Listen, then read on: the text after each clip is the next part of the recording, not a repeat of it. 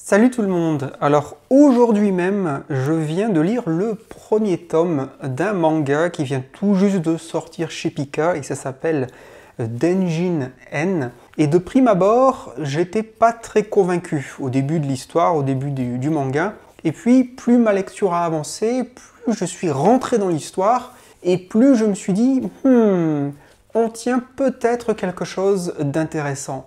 Donc si vous aimez les thrillers, si vous aimez les histoires qui mélangent enquête policière, qui mélangent fantastique, voire un peu d'horreur, et surtout si vous avez aimé Death Note, je pense que Denjin N pourrait vous intéresser.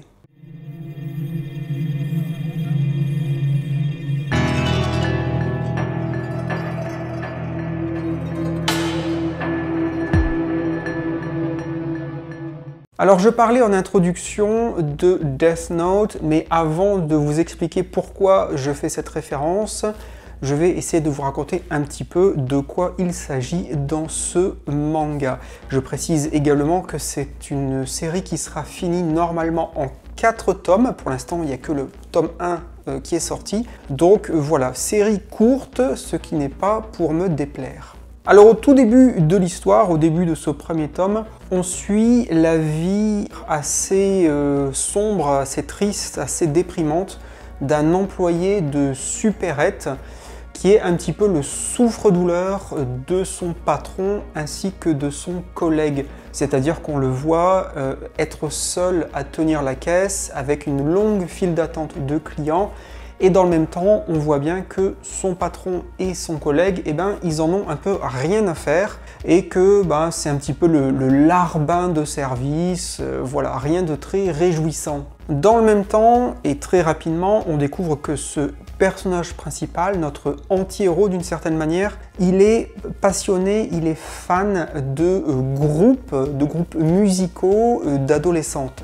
Voilà, il est tout simplement passionné par un groupe en particulier et un membre de ce groupe précisément. Il est fan, il utilise notamment des lunettes de réalité virtuelle pour pouvoir avoir l'impression de vivre leur concert. Il est donc moqué par rapport à ça, il est brimé et il va y avoir assez rapidement dans l'histoire un élément déclencheur qui va faire que notre personnage va péter les plombs tout simplement. En effet, il a en sa possession un mouchoir qu'une jeune fille lui avait donné lorsqu'il était encore au lycée, si je ne dis pas de bêtises. Et donc ce mouchoir représente une note d'espoir, une note de douceur, de tendresse, de quelque chose de très positif dans la vie justement de ce personnage qui a passé son temps et notamment son adolescence à être brimé, à être battu au lycée, à être bastonné entre guillemets, à être racketté. Et donc un jour une camarade de classe lui offre un mouchoir pour qu'il puisse se frotter le visage après qu'il ait été une fois de plus tabassé par des lycéens. Malheureusement, au tout début de cette histoire, on va voir son patron de supérette qui va jeter par inadvertance ce mouchoir à la poubelle. Il va y avoir donc une altercation entre lui et son patron à cause de ça. Notre personnage principal va perdre son emploi, il va quitter son emploi suite à ça. Il rentre chez lui donc en catastrophe, il retrouve sa mère alcoolique une fois de plus qui est là, qui le houspille, qui lui dit « mais tu es un perdant, j'aurais dû avorter, je n'aurais jamais dû t'avoir, quel fils ingrat, tu ne sers à rien, etc. » Et là, voilà, notre personnage n'en peut plus, il est au bord du gouffre et il va décider tout simplement de se suicider, pour le dire très clairement, et là on est toujours au tout début de l'histoire. Il va se suicider en s'électrocutant, pour une raison pour l'instant inconnue, et je suis pas sûr que ce soit expliqué plus tard dans le manga, parce que je suis pas sûr que ce soit le but ici. Il va bel et bien mourir, mais alors que ce soit son âme ou sa volonté, on ne sait pas, encore une fois ce n'est pas expliqué dans ce premier tome, va survivre à son suicide, et il va devenir une entité tout simplement faite d'électricité. Donc il va avoir la possibilité d'accéder et d'utiliser tous les appareils électriques qu'on puisse imaginer. Alors ça peut être les téléphones portables, ça peut être les ascenseurs, ça peut être tout ce qui est électronique dans une voiture, ça peut être les feux de circulation, etc., etc. Donc il devient cette entité presque omnipotente et il va utiliser cette nouvelle existence pour essayer de soutenir au maximum et même de propulser sous les feux de la rampe cette idole, donc de son groupe préféré.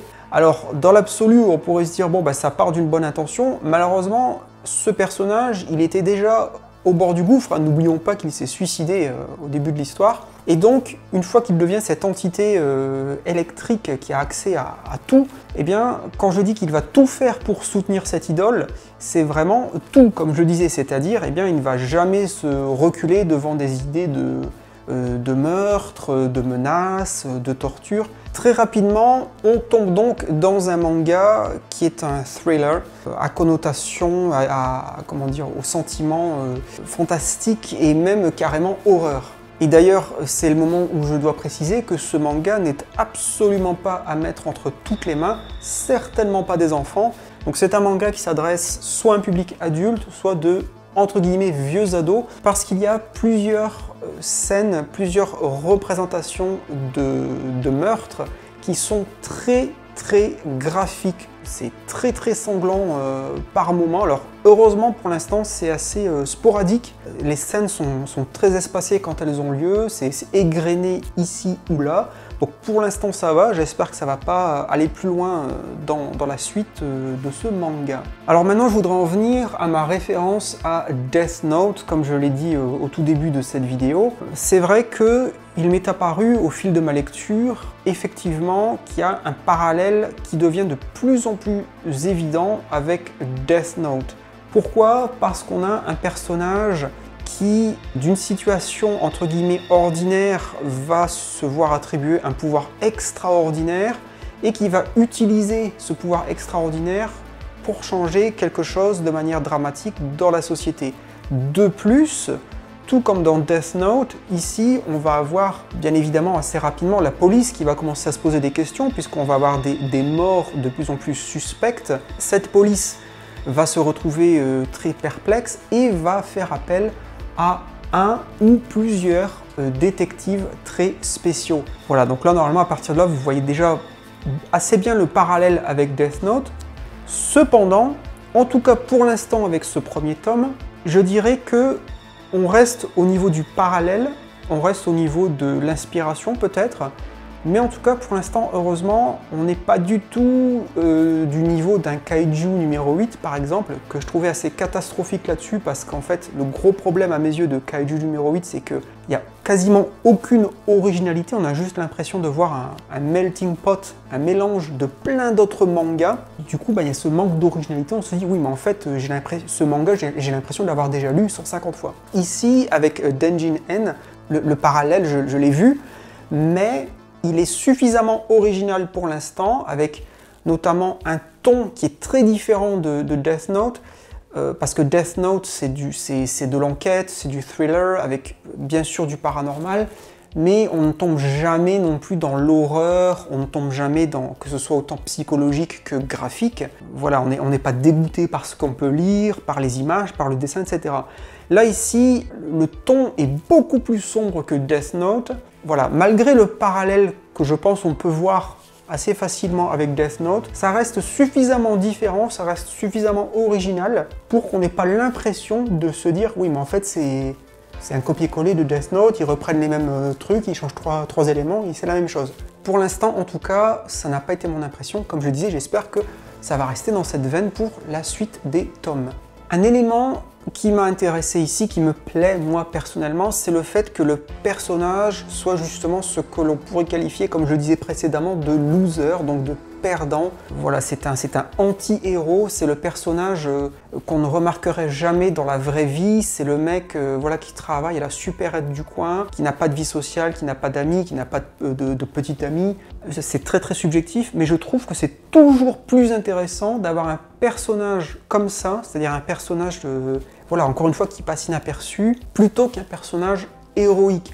Moi, personnellement, après, bien sûr, ça dépend des histoires, etc. Il y a beaucoup d'éléments à prendre en compte. Par exemple, l'archétype du héros Superman, ça m'a toujours ennuyé parce que je trouve que c'est des personnages qui sont pas très intéressants. Moi, ça m'intéresse beaucoup plus de voir la transformation d'un personnage de Monsieur Tout-le-Monde.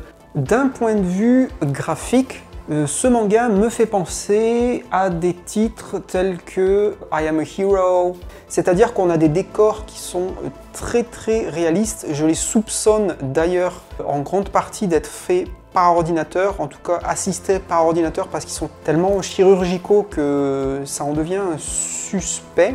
Et d'un autre côté, on a des personnages, et surtout avec des visages, qui sont beaucoup plus caricaturaux, surtout dans tout ce qui est les scènes d'action dramatique, représentation des émotions, donc ça peut être la colère, ça peut être la rage, l'envie de meurtre, la peur, l'effroi, etc. Donc tout ça, on retombe dans un trait entre guillemets exagéré, très expressif. Mais ce dessin, dans l'ensemble, pour ce type d'histoire, donc de thriller psychologique, fantastique, horreur, je trouve qu'il correspond très bien à l'ambiance.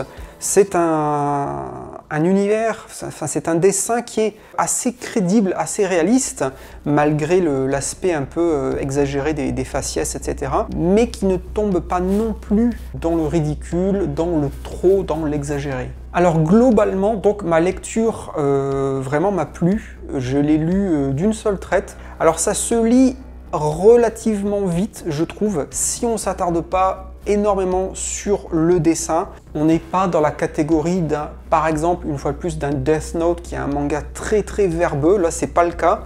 Donc ça se lit vite, mais pas trop. Pour la suite de ce manga, pour moi, le risque, l'écueil, je dirais qu'il y a deux choses qui me font un peu craindre la suite. Alors, j'ai vraiment apprécié et j'aimerais continuer à lire la suite parce que je suis vraiment intrigué. Mais comme je le disais, il y a deux choses, je pense, auxquelles il va falloir faire attention. Déjà, c'est le fait que c'est que 4 tomes. Alors, d'un côté, pour moi, c'est bien parce que j'ai plus les moyens d'investir dans des séries longues. Donc, 3-4 tomes, c'est parfait. Cependant, selon mon expérience, en ce qui concerne les mangas type thriller, enquête policière, etc. J'en ai lu plus d'un, justement, qui était en 3-4 tomes. Et malheureusement, souvent, le résultat, c'est que le titre est très ambitieux au début, et puis ça s'écroule en fait au fil du manga, parce que l'auteur n'a pas, justement, il a été très ambitieux au départ, et puis il n'a pas les moyens de bien boucler, de bien finir son histoire, à cause justement d'avoir un manga relativement court. Donc ça, c'est une première chose, je dirais. Attention, il faut espérer qu'en 4 tomes, l'auteur arrive à boucler son histoire sans nous offrir une fin qui va être en queue de poisson, parce que malheureusement, moi en tout cas, ça m'est arrivé plus d'une fois. Et deuxième chose, toujours pour faire le parallèle avec Death Note, ici on a 2 personnages qui sont clairement, on va dire, inspirés, enfin, peut-être pas inspirés, je suis pas dans la tête de l'auteur, mais qui renvoient beaucoup, qui font beaucoup penser aux personnages de L et N, je crois, dans Death Note, donc les deux enquêteurs très futés. On a clairement ici le même type de personnage, donc des détectives spéciaux auxquels la police va faire appel et qui ont une espèce de pouvoir un petit peu, entre guillemets, parapsychique. Attention avec ce genre de personnage, je pense, parce que ça peut vite faire déraper l'histoire avec des personnages qui vont être capables de faire des déductions, voilà, tomber du ciel comme ça, avec cette excuse de « oui, mais c'est parce qu'ils ont des capacités parapsychiques, paranormales, donc voilà, réfléchissez pas, c'est normal ». Attention, je dirais, avec ce genre de personnage, voilà. Vous me direz, maintenant c'est trop tard, le manga il est déjà écrit, mais je pense que c'est un aspect qu'il ne faut pas négliger. Voilà donc en quelques mots, et comme vous l'aurez peut-être compris, en tout cas pour ce premier tome d'Engine N, c'est quelque chose qui moi m'a plu personnellement. Je m'attendais vraiment pas à grand chose. Vu de loin, ça avait l'air d'être un manga, comment dire, très générique. Et en fait, je me suis laissé prendre au jeu, tout en ayant conscience, comme je l'ai beaucoup répété dans cette vidéo, du parallèle évident, en tout cas de la familiarité avec Death Note. Mais encore une fois, je tiens à insister là-dessus. On peut s'inspirer d'une autre œuvre, on peut faire des clins d'œil, etc., tout en étant suffisamment original pour être intéressant. Et d'ailleurs, sans vouloir faire de la philo à 2 balles, on pourrait se dire qu'à notre époque, c'est certainement extrêmement difficile de créer une œuvre qui ne s'inspire d'absolument rien, même d'un point de vue inconscient. Je pense que c'est extrêmement difficile.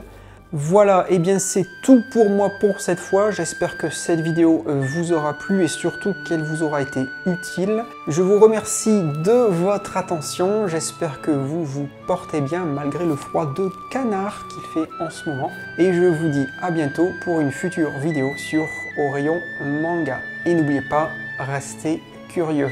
Bye bye tout le monde.